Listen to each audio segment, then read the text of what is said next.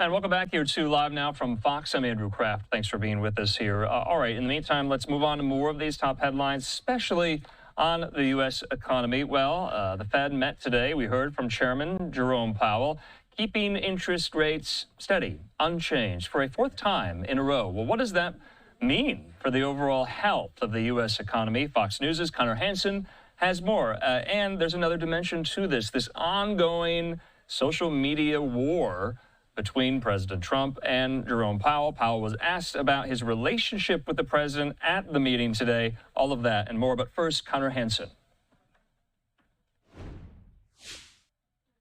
Despite elevated uncertainty, the economy is in a solid position. The Federal Reserve has held interest rates steady for the fourth straight time. Rates have sat around 4.3% since the last cut in December. Inflation has been cooling all year, but Fed officials have been waiting to see how President Trump's tariffs play out. We believe that the current stance of monetary policy leaves us well positioned to respond in a timely way to potential economic developments. The president has repeatedly expressed his frustration with Fed Chair Jerome Powell.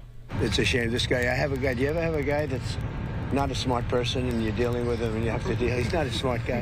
He's worried about inflation. The war between Israel and oil-rich Iran is also creating uncertainty, and Senate Democrats debating the president's huge tax cut and spending bill argue it would spur even more inflation. This new analysis says that the deficit impact on the country will be even bigger, now looking at $3.7 trillion in additional deficits, that the bill is going to increase interest rates. Despite recent rate cuts in Europe going much further than the U.S., the Fed is required to be independent. I strongly feel that the Fed's independence is critical to the integrity of the dollar. That we can say, you know, there's no political interference here. The Fed still expects to have 2 more rate cuts this year. Its next meeting will happen at the end of July. In New York, Connor Hansen, Fox News. Connor, thanks so much. All right, in the meantime, let's look under the hood of what was said today by Chairman Powell. We're going to do that with our friend and colleague there at the American Institute for Economic Research, Lydia Mashburn-Newman. She joins me. Lydia, so good of you to be with us, and it's good to see you here. So, no change to the federal funds rate, the interest rate here. Why? You know, we've talked about this. President Trump wants these interest rates cut. Jerome Powell still holding steady. Is that what you would have predicted? It was definitely predicted, and it was predicted by a number of analysts, pretty much everyone. The expectation was holding pat for this meeting and likely to hold pat at their next meeting in July. And any change in rates likely wouldn't come till their September or maybe not even till later in the year. This is expected, largely due to the uncertainty around tariffs. And Powell indicated this in his remarks and in the press conference, that the committee members are worried about how the tariffs may pass through and not just be a one-time price increase, which is what a traditional tariff would be, but tariffs of this magnitude may end up flowing through the entire system and end up causing an anchoring of inflation expectations by the rest of the economy, especially consumers. And that's something the Fed is very, very worried about. They did update their economic projections. They update this every other meeting. And basically, they show lower growth potential, higher inflation potential, and a tick up in unemployment for the remainder of 2025, which is essentially a stagflationary environment, that the tariffs are basically making the Fed think that we may end up in a stagflationary environment. I mean, I have to ask, though, Powell said this on tariffs. He said, we hadn't expected them to show up much by now, and they haven't. Why haven't they shown up yet? So he mentioned this a little bit, that we thought we'd see a little bit more, but he seemed to indicate that the delay pushing back Liberation Day tariffs to the new July 9th deadline is kind of showing that's likely when we would see it. And he indicated that it wouldn't be until the end of the summer that the Fed would likely take in enough information that they could make a decision to change their policy stance.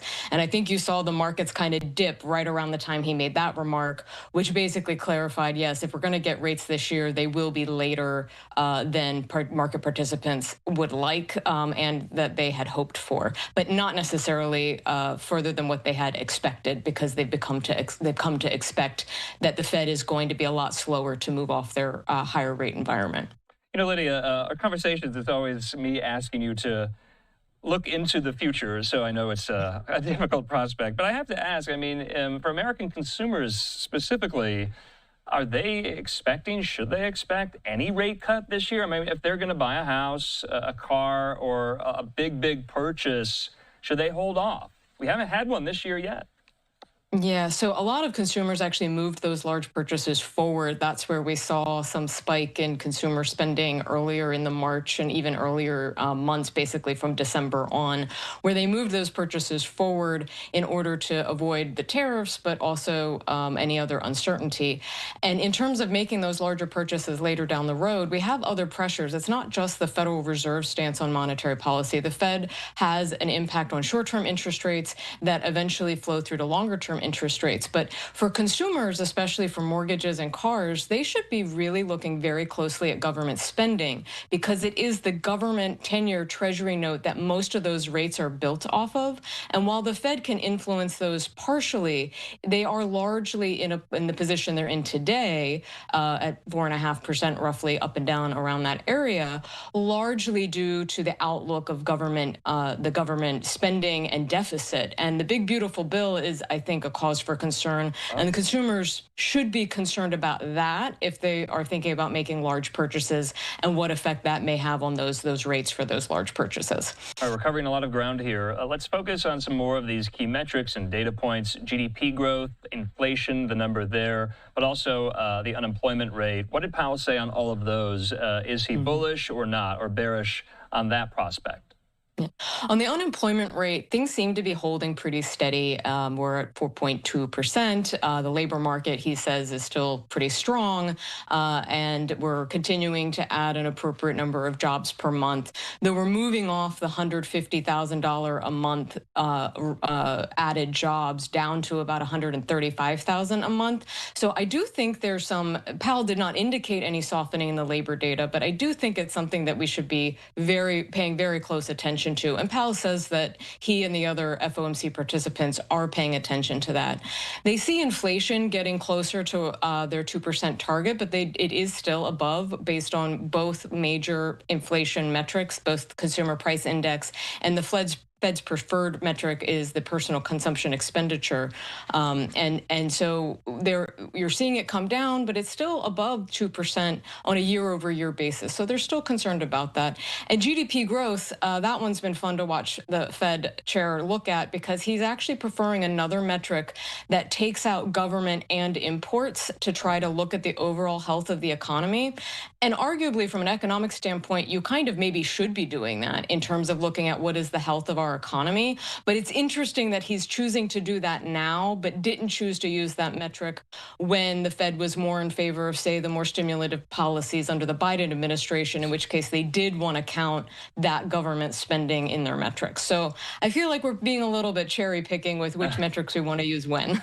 I feel like we always do that. Lydia, lastly, though, you and I always discuss the relationship between President Trump and Jerome Powell. Powell was asked on whether or not he's thinking about whether or not the president might reappoint him to the role. From what I have read, from what I understand, his term is up next year. He said this: "I'm not thinking about that." He says, "I'm thinking about this," meaning the economy here. Well, Trump was asked about Jerome Powell and the interest rate decision today, and this is what he said. This was on the front lawn of the White House. Let's watch. We're doing well, and as a country, if the Fed would ever lower rates, would buy debt for a lot less. It's a shame. This guy, do you ever have a guy that's not a smart person and you're dealing with him and you have to deal? He's not a smart guy. He's worried about inflation. I said, that's right. If there's inflation in 6 months or 9 months, you lower the rates or you raise the rates. You can do whatever you want. So we have a stupid person, frankly, at the Fed. He probably won't cut today. Europe had 10 cuts. And we had none. And I guess he's a political guy. I don't know. He's a political guy who's not a smart person, but he's costing the country a fortune. Am I allowed to appoint myself at the Fed? I do a much better job than these people. So anyway, we should be 2 points lower. It'd be nice to be 2.5 points lower. We'd be saving $800 billion, $700 billion. That's a lot of money, right? Think of it, for nothing, for absolutely nothing. We'd save $600, $700, $800 billion. We have, I think we're 38th now in interest, and we should be number one. Okay, so Lydia, obviously, this has been of a piece of what President Trump has said about Powell, kind of indicating that he's making these decisions on a political basis. But there, several times, he called Powell stupid. And I have to ask, let's put those kind of barbs aside for a minute. Let's talk about what the president is trying to get at here with interest rate cuts. Now, he was speaking, that was before the decision today when Powell kept interest rates unchanged. Is there a kernel of truth to what President Trump is saying about inflation and interest rate cuts? Help us kind of break that down and elucidate that for us. What is he trying to get at there? What does he want Powell to ultimately do? So I think the president's been very clear that he would like Powell to raise rates. He thinks they're too high, especially given the rates that the government is now paying. The interest on the debt is very, very high. It's now more than we spend on defense spending. And this is due to a higher interest rate environment. But it's important to remember that it isn't just the Fed's. The Fed is looking out at short-term interest rates that feed into the broader economy. And so I do think that while I think it's a laudable goal to try to reduce the interest on the debt, the way to really do that would be for Trump, I think, to sort of pressure Congress to help reduce and rein in spending to help reduce the overall debt burden and provide more confidence to debt holders to want to purchase more government debt because we would be on a sounder fiscal footing. So I don't think he should put all of the blame sort of on the Fed for the high rates that the U.S. government is paying on their debt. And yes, while it would be nice to pay less, everyone wants their credit card debts to be less or the debt on their housing to be less. This would be helpful. But we have to be mindful from a Federal Reserve standpoint, if they end up reducing rates, thereby expanding money in the economy at a time when it isn't actually appropriate and warranted, that can be inflationary. It can also lead to distortions in our investment structure, which can have longer term consequences. Think something more like the 2008 financial crisis. So I do think the Fed is a little bit in between a rock and a hard place here. Some of the data says maybe they could reduce rates. Some of the data says, especially what might happen on tariffs as well as the big beautiful bill, that says maybe we should keep rates a little bit higher for a little bit longer just to make sure we don't get ourselves in some sort of uncomfortable position later. But these are very difficult questions to answer. And so I would like to see both monetary restraint and fiscal discipline. And that combination actually would lead, I think, to what President Trump is looking for, which is a pro-growth outlook for the economy that is actually sustainable in the long run. And so I'd like both the monetary and fiscal authority to take their jobs very seriously. I mean, Powell is withstanding the pressure. I mean, he gets this a lot from the president. He's kind of keeping, cool under the pressure of so many of these comments, these posts on Truth Social, of the president trying to get Powell to bend to his will, to do what he wants. And Powell seems pretty unfazed by it. Would you agree? I would agree. I mean, Powell's taken a very strong stance that he views his role as being independent from the executive branch, and he takes that very, very seriously. And I do think, though, some of the actions that Powell has taken, if it isn't warranted by some of the economic data, or at least I should rephrase. Some of it, his stance is warranted by the economic data. What's different is that the same similar data was in place when we were seeing the inflation surge under COVID. So what I would have preferred to see is Powell treating both Biden and Trump similarly. And you do get the impression that Powell maybe is digging in his heels in a way that I wonder how much of the decision making, while it can be determined by the data, because he kind of deviated from the data the last time, I wonder how much politics might be influencing, if not putting extreme pressure, but basically doing the opposite, of trying to do the opposite of what the political pressure is, whereas before he was doing what the political pressure encouraged him to do. And so I prefer to see the same stance under any administration coming from the chair of the Fed. Sure. I mean, with an institution like the Federal Reserve, independence is key, and consistency would be appreciated, to your point. Lydia Mashburn-Newman, thanks so much. Good to see you. Talk soon. Thanks for having me. Appreciate it. Okay, in the meantime here, we do want to let you listen to Chair Powell make this announcement today, keeping interest rates steady. Here's what he said.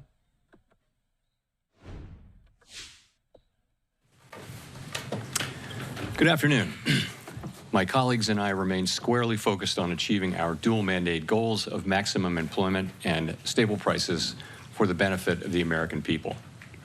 Despite elevated uncertainty, the economy is in a solid position. The unemployment rate remains low, and the labor market is at or near maximum employment. Inflation has come down a great deal, but has been running somewhat above our 2% longer run objective. In support of our goals, today the Federal Open Market Committee decided to leave our policy interest rate unchanged. We believe that the current stance of monetary policy leaves us well positioned to respond in a timely way to potential economic developments. I'll have more to say about monetary policy after briefly reviewing economic developments. Following growth of 2.5% last year, GDP was reported to have edged down in the first quarter, reflecting swings in net exports that were driven by businesses bringing in imports ahead of potential tariffs. This unusual swing has complicated GDP measurement.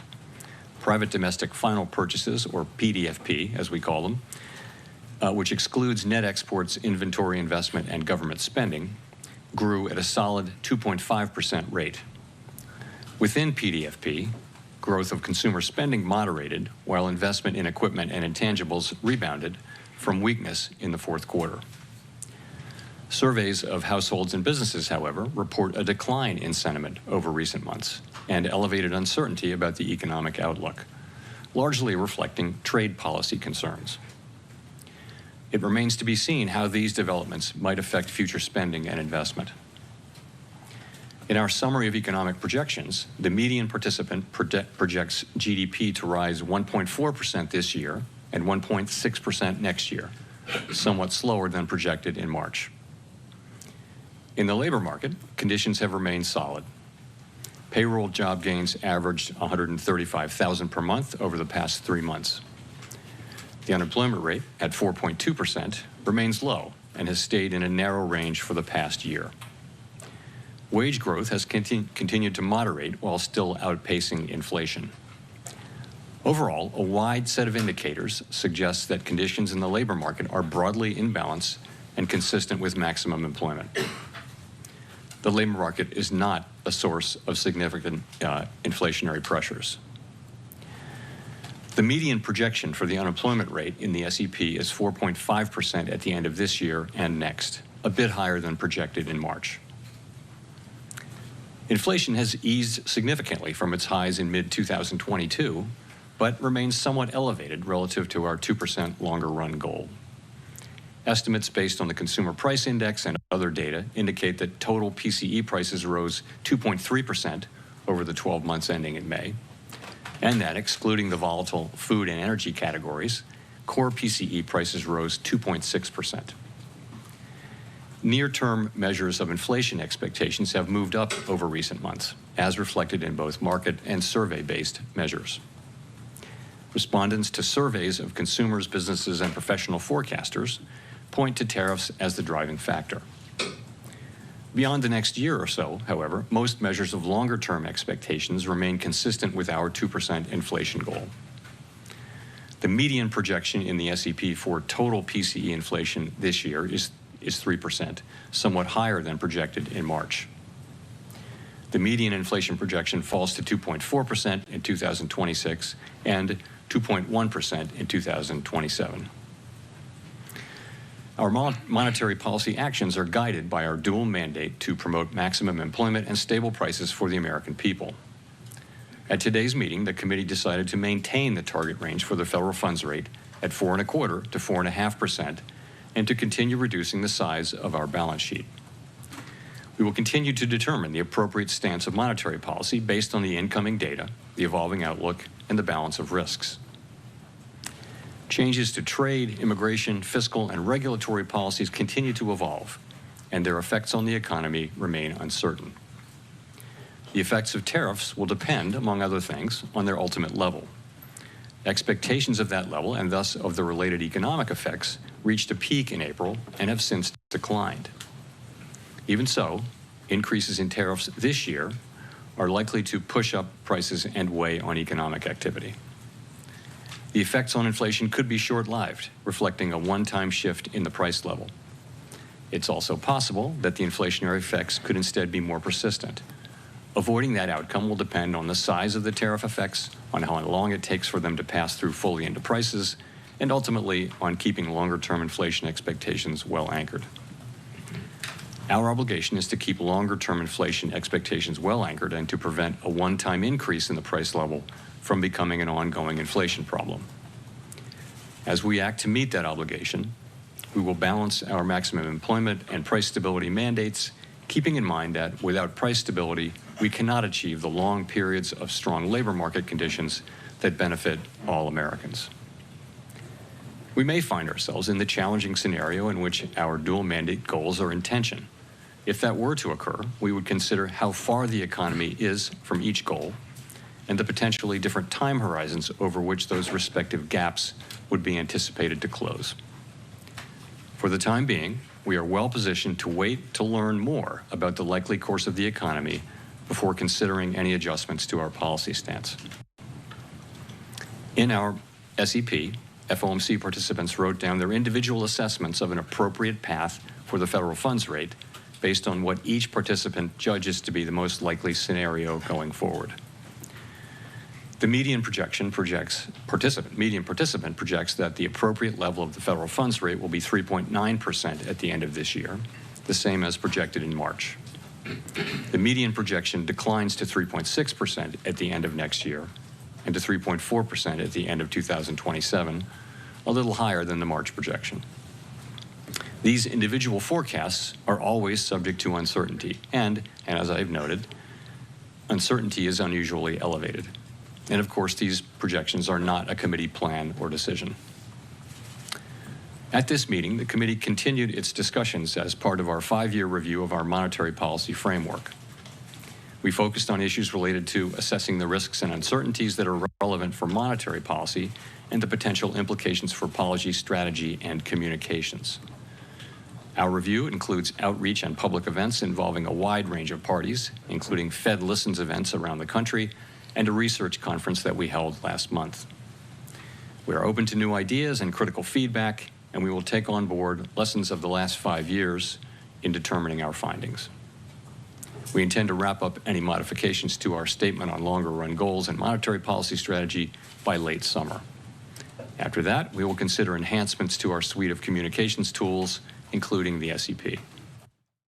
Okay, so I wanted just to give you a little sense of this, a taste of this. Jerome Powell, the chairman of the Federal Reserve, at the meeting today and the briefing thereafter, announcing interest rates will remain steady, unchanged. No hike, no cut.